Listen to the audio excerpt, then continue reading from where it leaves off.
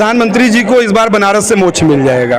वही मुर्गी मुर्गा समझ रहे हैं, उन्हीं के लिए कहा गया है। जो फुल पैंट के अंदर हाफ पैंट पहनते हैं, वो उनका हाफ पैंट फुल पैंट खींच के दिखाया जाएगा जनता को। डर गए हैं, काफ़ी डर गए मोदी जी, अब उनको जाना है। और मैं तत्कालीन प्रधानमंत्री श्री नरेंद्र मोदी जी को इज्जत से हरा के अच्छे से विदाई करूंगा। लोग बनारस काशी में आते हैं मोक्ष पाने के लिए, यहाँ उनको मोक्ष अब मिल जाएगा इस बार। कुछ पैसा आपको भी मिला होगा, इसलिए बार बार आप दोहरा के आप पत्रकारों पर क्यों सवाल कर रहे हैं? जब कुछ सवाल अगर कर दिया, नहीं अगर आपसे कोई सवाल कर दिया तो पत्रकार नहीं, आप सवाल का जवाब दीजिए ना, आप पत्रकारों पर सवाल न करें। नहीं, सवाल का दोहराव आप कर दे रहे हैं। कई बार हमारे 14 का चुनाव हार गए, 17 का हार गए, 19 का हार गए और 22 का हार गए। अब ज़्यादा हो गया, इसलिए रोटी पे तवा पे पलटा नहीं जाएगा तो जल जाएगा।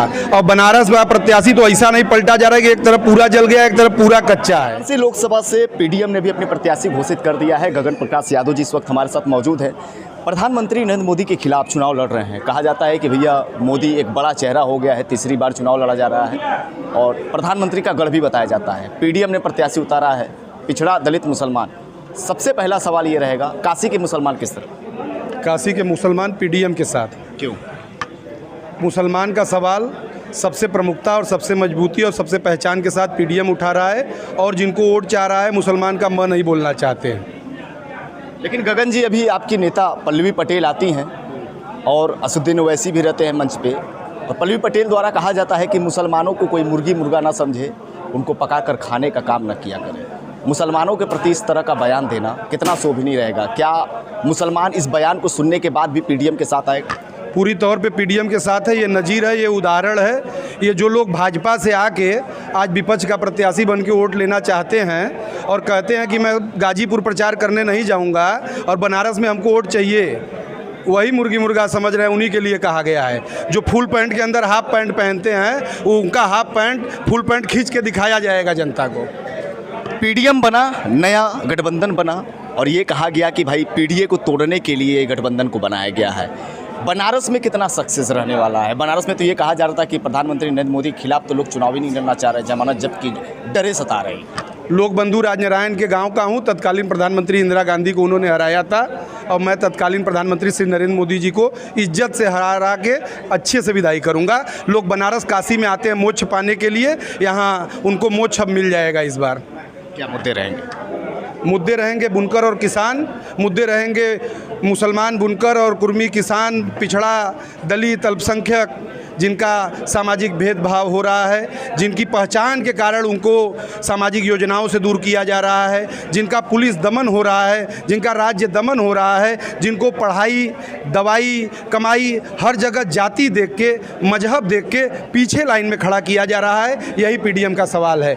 उसी लाइन को आगे कर देनी है, और जो लोग ज़बरदस्ती आगे लाइन में बैठे हैं उनको खड़ा करके पीछे कर देना है। पिछड़ा दलित की बात भी की जाती है आपके गठबंधन में। पिछड़ा दलित किसके तरफ जाने वाला है? ये तो कहा जा रहा है कि पीडीए काफ़ी मजबूत है और अखिलेश यादव ने काफ़ी मजबूती से इसको बनाया है। और अगर भारतीय जनता पार्टी की बात कर ली जाए, एनडीए की बात कर ली जाए, तो ये कहा जा रहा है दारा सिंह चौहान को लाया गया पूर्वांचल में, उसके बाद ओम प्रकाश राजभर को लाया गया और पिछड़ा दलित पूरी तरीके से मजबूत कर लिया गया है। और रही बात मुसलमानों की, तो ऐसा बताया जा रहा है कि जो पीडीए है उसके तरफ मुसलमान जाते नजर आ रहे हैं।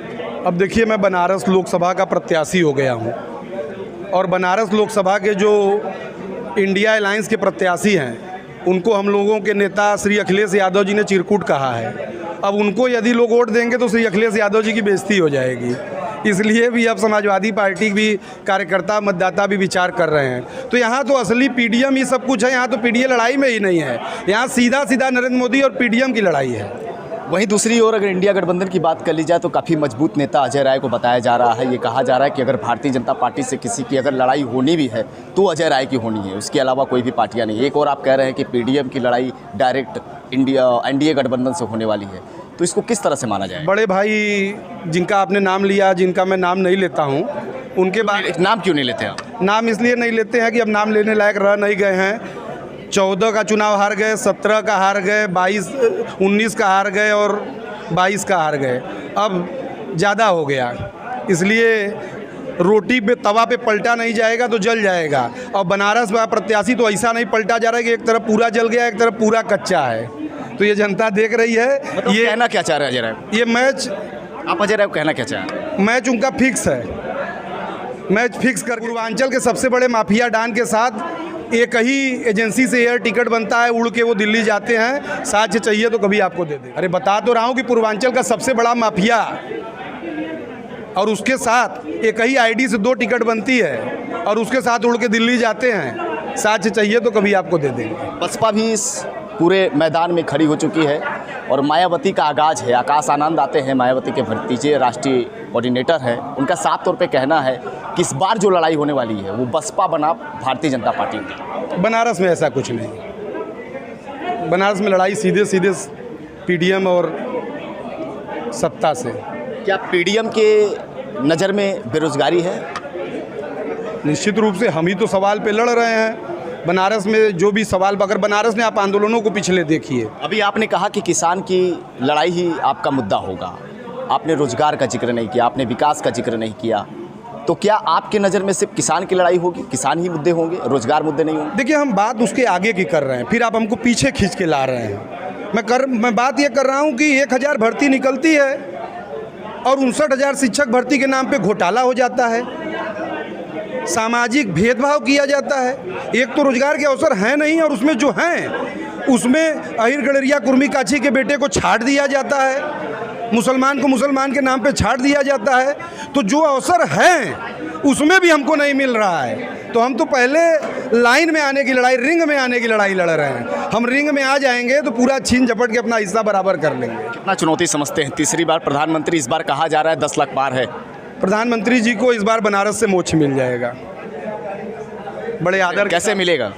यहाँ जो लोग आते हैं अंत में उनको मोक्ष ही मिलता है, उनको भी मिल जाएगा। लेकिन भाजपा वालों को तो कहना है कि जमानत नहीं बचने वाली और लोग डर के मारे चुनाव भी नहीं लड़ रहे हैं। जो लोग लड़ रहे हैं वो तो अब अंदर ही अंदर डर उनके अंदर सता रहा है कि 4 जून को क्या होगा।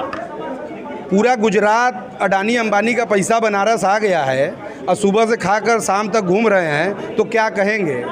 कुछ पैसा आपको भी मिला होगा, इसलिए बार बार आप दोहरा के आप पत्रकारों पे क्यों सवाल कर रहे हैं? जब कुछ सवाल अगर कर दिया, नहीं अगर आपसे कोई सवाल कर दिया तो आप पत्रकार नहीं, आप सवाल का जवाब दीजिए ना, आप पत्रकारों पे सवाल ना करें। नहीं, सवाल का दोहराव आप कर दे रहे हैं। कई बार हमारे आदरणीय प्रधानमंत्री जी को, मैंने आदरणीय नहीं बोला, मैंने तो बस बोला कि प्रधानमंत्री से प्रधानमंत्री नाम लिया। हम तो जो भी प्रत्याशी इस संवैधानिक, नरेंद्र मोदी को प्रधानमंत्री समझते हैं?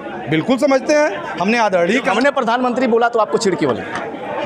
हमको चिढ़ कहाँ है? हम उनको चिढ़ नहीं है। बोला दोहरी बार। वो बड़े जनादेश के साथ आए और मुद्दों के आधार पर फेल हुए, अब उनके जाने का समय आ गया। ऐसा तो नहीं कि 10 लाख पार? सबका साथ सबका विकास के बाद अब वो राजस्थान में क्या भाषण दे रहे हैं? डर गए हैं, काफ़ी डर गए हैं मोदी जी। अब उनको जाना है। चुनौतियाँ समझ रहे हैं? कोई चुनौती नहीं है, जा रहे हैं। कहाँ जाएंगे? घर वापस। कहाँ है उनका?